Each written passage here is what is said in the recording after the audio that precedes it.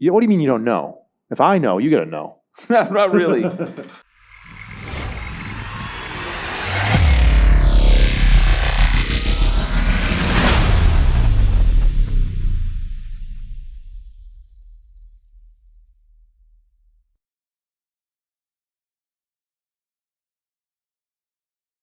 Hello, everybody. Welcome back to the Beck Bodie No Bonds podcast. I'm here with Jim Bodie, co-founder of the company.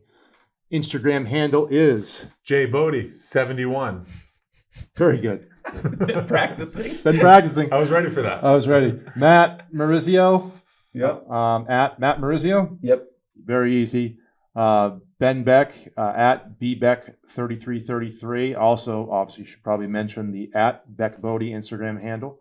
Find these podcasts on basically anywhere you can find podcasts, except iTunes right now, but we're working on that. What's going on in the world? That's what we want to know. What's going on in our world?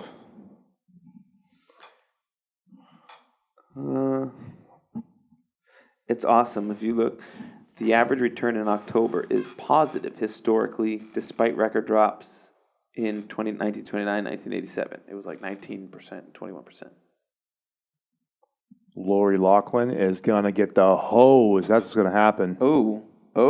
I mean, Felicity Huffman's is in jail or going to jail? She's in jail for 30 days, right?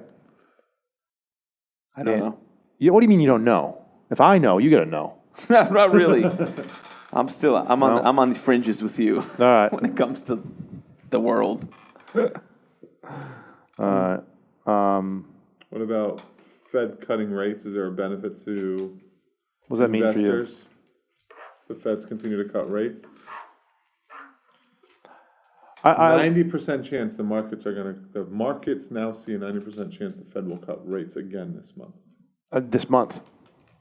That's outrageous. Why are you saying that's outrageous? Just because there was a 100% chance a month prior that they were going to raise. No, they raised rates less than a year ago. A month prior to the most That's what recent. started December's crap. You're interrupting me. 100% chance. That's not good for podcasts. A month prior. So I read a month prior to them cutting the most recent rate cut of whatever economists make those recommendations. There was a 100% chance they were going to raise rates. Okay, and then A month prior. and then it's switched. And now obviously it tilted because now they ended up lowering. So the prediction was 100% chance they're going to raise, and then they lowered. So like, how accurate is this 90% chance they're going to cut again? I don't know. It's irrelevant. Yeah. But we could talk about that. We could talk about rates and how the inverse relationships between bond prices and interest rates. I think it's what I think a better conversation is for investors. Is it good that rates are falling, and why? That's Everyone true. says that rates are low. Why is it good for the investors? Mm-hmm. Why is that good for the economy? Why is that one of the policies that they can do to boost the? Well, one that jumps out at me is it lowers borrowing costs For everybody. for everybody across the board, right? From the intent is to lower borrowing costs. It doesn't necessarily mean mortgages and everything are going to follow suit and stay there because they're based on other factors in how bonds trade every day, right? But certainly the intent is that you lower interest rates. It has a direct effect on borrowing costs. A lot of interest rates that you have on loans and mortgages are based in some way, shape, or form on interest rates and target rates like the prime or LIBOR that are an input into what you actually pay. If you look at your mortgage statement, you see this. If you look at the fine print, it says, this rate is based upon some sort of indicative rate plus a spread over the top of that. Yep. And so anytime that they lower rates, the intent, of course, is for that, for example, directly the prime rate will come down based on the Fed funds rate. It'll lower your rate. But it's not guaranteed to stay there. Things fluctuate around, and it is a living and breathing market. So that's one. The expectation is that they lower rates and it boosts the economy. and it boosts the stock market, which affects individual investors. Sure. So you look at our strategy, the utilities are by their nature highly leveraged companies. In other words, they borrow a lot of money that goes into infrastructure. Of course, their utility is they've got their generation plants, but they've also got the lines, of course, that go to your and my house, in terms of delivering electricity and everything in between. And so the ability for companies like a utility to borrow money more cheaply and to replace equipment, to improve operations and so on, that translates into better profits and more money that they can actually pass back to shareholders in the form of a dividend. That's obviously why we believe so heavily in utilities, is that and the fact that the regulation aspect is that they're pretty stable companies historically, but particular ones that you can identify that are actually in very good position to raise their dividend over the next 12 months puts us and our clients in a good position. So what you're saying is our income portfolio will do well in a lower interest rate environment. Yeah. What happens to either current bonds that are owned or future purchase of bonds if interest rates continue to get lower? If interest rates continue to go lower, and there's not much room, right, for them to go lower, but utilities are very similar to bonds in the sense there's that inverse relationship between the price of a bond, in other words, what people are buying and selling it at, versus what the interest rate is. Think of it this way. You've got an asset, a bond that you own, and it's paying you 5% per year. That's the interest rate on a bond. And you have the ability to sell that whenever you want. So it's got a market value that's determined every single day. And then let's say interest rates go up to 6%. Okay, so now effectively, when interest rates, they're essentially, the Fed is putting bonds out there in the market that are now yielding 6%. You're holding a bond that's yielding 5%. So that attractiveness of your bond that you own now, because interest rates have moved up, is obviously a lot less attractive. Why would somebody buy a bond at 5% off you when the marketplace is generating something at 6%? Yep. And then vice versa. If you own a bond, let's use the same scenario, but interest rates going down. If you own a bond at 5% right now, okay, but then the going interest rates, Fed lowers interest rates, and that has an effect. And then now the going interest rate is 4% on new bonds being put out there in the market. That makes your bond a lot more attractive. So that should drive the price of your investment up. And so that's what we mean by interest rate sensitivity, or you hear that out in the marketplace, is that the prices of bonds have an inverse relation to the yields going up and down and vice versa. And utilities are in anything that is interest rate sensitive, that any business, utilities, real estate, a big one, obviously, right? The prices of homes can be very, very closely tied to that inverse relationship too, because interest rates go down, people can borrow money more cheaply. That can and does have an impact on what people are able to spend on homes. And technically, if there's more capital chasing an asset, that drives the price of the asset up over time. It's the same philosophy behind our utilities portfolio. If we only select utilities where our analysts and our strategy identifies companies where the utility that is poised to be able to raise their dividend payment over the next 12 months. Basically what that means is that operations are going so well within the utilities, they might be in a great geographical area where industry is growing, and they're able to, as many utilities do in certain geographical locations, basically all geographical locations, they have the ability on consumers to raise rates. Your electric bill tends to go up year over year. That money is, comes into the utility, and a good portion of that is paid back out towards shareholders. So the more a utility can increase that, the more they're able to pay in a dividend. Our function as advisors and investment managers are to identify the utilities out there that are best positioned to do that, not last year, but over the next year, because at the end of the day, you own that stock, and all of a sudden, 6 months from now, if that's paying a higher dividend than it was when we bought it, that should and does drive the price of that up. Just like more capital chasing a piece of real estate drives the price of your home up if you're trying to sell it and interest rates fall, same idea. Are there any other asset classes other than utilities that do something similar? Yeah, so we mentioned real estate, right? So commonly found in our industry are what are called REITs, real estate investment trusts. And there's a number of different types of REITs, but they're actually accounts, think of them as accounts, they're trusts, but they're accounts that a portfolio manager or a partner or a limited partners own a number of different real estate holdings. It could be a bunch of shopping malls, or it could be a bunch of hospitals, or it could be a bunch of healthcare facilities and otherwise. And those are just assets within a portfolio that are, again, interest rate sensitive based on interest rates moving up and down. Certain energy companies, very similar to utilities, are oil and gas pipeline and storage companies, which we've owned in our strategy in the past, where very similar. They are not necessarily driven by the cost of oil and gas in terms of their price moving up and down, but more so the supply and demand. And think of them as toll booth collectors on the turnpike. They're responsible for moving natural gas from point A to point B. They own the infrastructure. They own the lines, so to speak, underground, or the pipelines, so to speak. And they're moving that, and they're collecting a toll from in order to do that, so to speak. So very similar to utilities, is they're charging a generation charge, or they're and so on and so forth. And so those are all businesses, real estate, oil and gas pipeline and storage, your general electric utility, are all pretty heavily dependent on the cost of capital. And cost of capital, if you're borrowing money, that's interest rates at banks.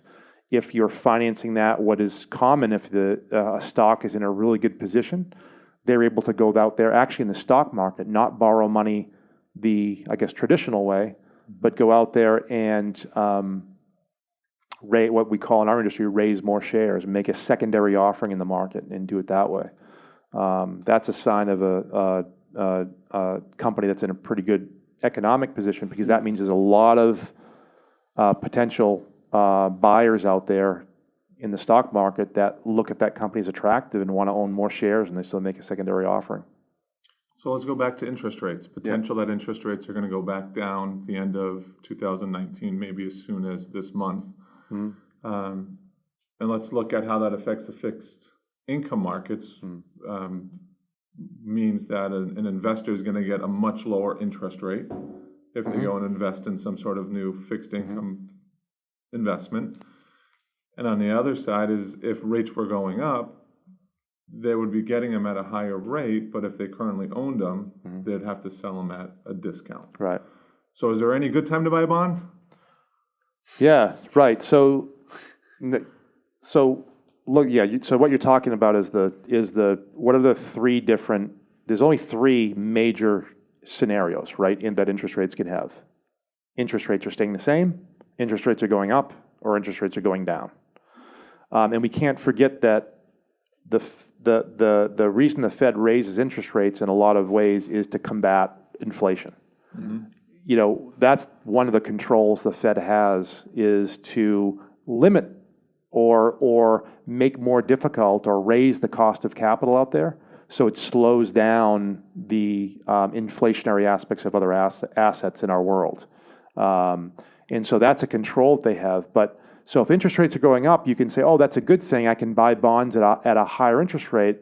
But then again, if interest rates are going up, that means theoretically there's a lot of inflation present in the market. That means everything else in our life is theoretically moving up in price. So interest rate on a bond that you'd be able to get tomorrow, if it's at a higher interest rate, good. But then it's also a reflection of everything else in our life, the cost is going up as well. So kind of null and void to a certain extent. It washes out. And it's fixed, right? So inflation is not fixed. Inflation moves up, and it moves up usually at a pretty healthy clip year over year. So the fixed rate nature of bonds makes it very difficult to be a viable investment for a lot of individuals. So, and then interest rates stay the same. Okay, so now you're just a fixed rate of interest for a long period of time, the length of that maturity of the bond, again, even though the Fed doesn't think inflationary pressures are so much that they're raising interest rates because they're keeping interest rates the same, you know as well as I do, there's nothing that stays the same cost-wise in any consumer's life. We just mentioned electricity bills, we mentioned food costs, technology, just day-to-day living. I don't care what the inflation numbers say, everything in our lives goes up in price over time. There's no question about it. So interest rates staying the same and fixing the rate of interest you get from an investment, that income is not from the bond is not going to keep up over time with the cost of everything else in our lives. And then the scenario that we just mentioned, interest rates going down, which is happening right now. So they're saying, okay, maybe inflation is not so much a concern right now. We're actually trying to propel the economy forward. So interest rates are going down. So that's obviously one of the worst scenarios for bond holders necessarily from a yield perspective. Somebody might argue, well, hold on a second. You just said as interest rates go down, if you're holding a bond, then theoretically the income being generated or the interest rate in your bond is going to be higher than what's now available out there. So isn't that attractive? Doesn't that make the price go up? Sure, it'll make the price go up. But again, inflation is still present at all times in what happens when that bond comes due, and then your reinvestment opportunities are only at lower interest rates. Now you're fixing it at a lower interest rate. It's kind of in any scenario, interest rate wise for bonds, it is a vicious circle.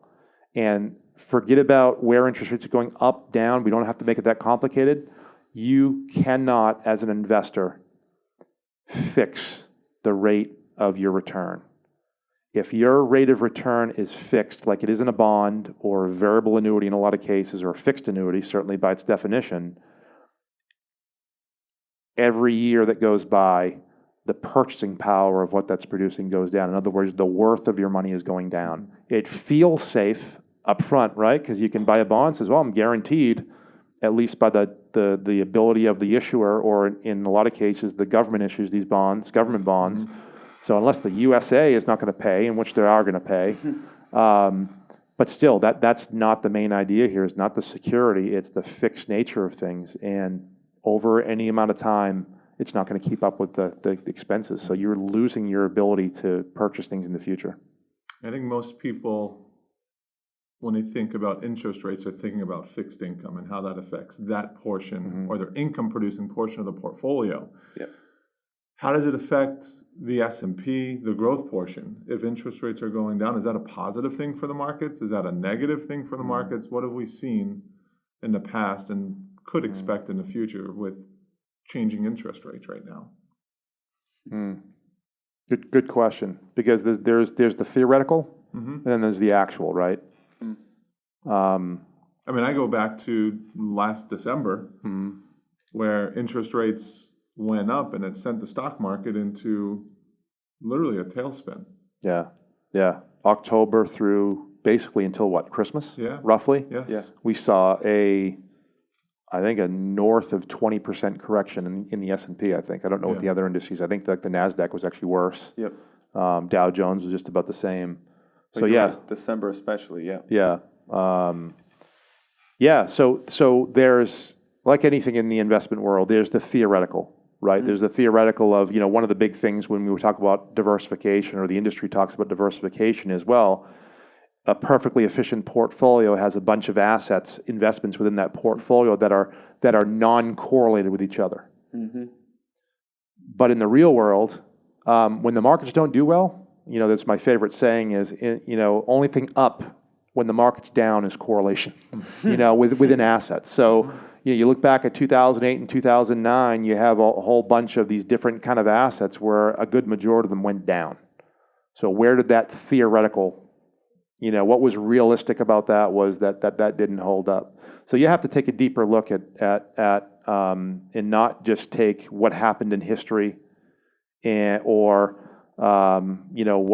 what any particular white paper or industry research might say based on history, and say, okay, what am I trying as an investor? What is the goal for me for investing in any way, shape, or form? Whether you're investing in bonds or whether you're investing in the S&P index or so on, start with the end in mind, right? What is the end goal? And then are the investments that I am putting together or my financial advisor is putting together, do those make sense to me that they'll get me there? And, obviously we will always make a strong argument that if you have bonds in your portfolio, can you make a strong argument that those are going to be something that can get you to your goals, being a fixed rate of interest and incorporating inflation and so on? Hence the No Bonds podcast. Yeah. Right. Right. There's a reason behind that name. Yeah. Yeah. So I'm hearing, if I'm an investor, right, it's impossible to say, in theory, sure, rates go up, economy slows down, right? And that looked good in December. It's not 100% accurate, I'm sure. But if I'm hearing what we're talking about today, the rates going down today mean that my potential to borrow money is cheaper. So money costs less for me. So if I have a mortgage that I could refinance, or if I'm going to take out a loan, buy a car, or make some type of purchase where like I'm going to add on to my house, that money today is going to be less than in the future. So I might want to consider that if I can accelerate it. But it doesn't sound like for an investor who's using that portfolio to pay them, say like somebody in retirement, it doesn't sound like they need to necessarily pay attention to the interest rates so much unless they're in all bonds, then they're going to affect them. The reality is the rate change today, dropping, should stimulate economy growth and should be maybe make your financial situation better because you can borrow money cheaper. But if you're in retirement, you highlighted it earlier, there's really no rate change scenario if you're in all bonds that will actually help you all that much because of the nature of the bonds, and the term are usually 10 plus years. That rate change is sort of insignificant over a decade's lifetime when your life continues to cost.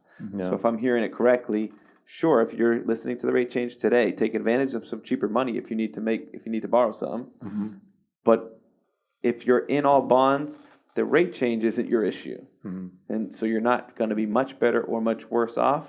You should really relook at what those fixed rates of return are getting you and what your goals are for retirement. Right, and that's a big thing, right? Because there's many different types of investors out there. Yeah. And we deal with a specific type of investor, in a sense, or a particular person that is looking for advice on how do I allocate my hard-earned money, how do I invest my money for objectives that are a little bit down the road, right? We don't really invest in money for anybody that has a very short time horizon, right?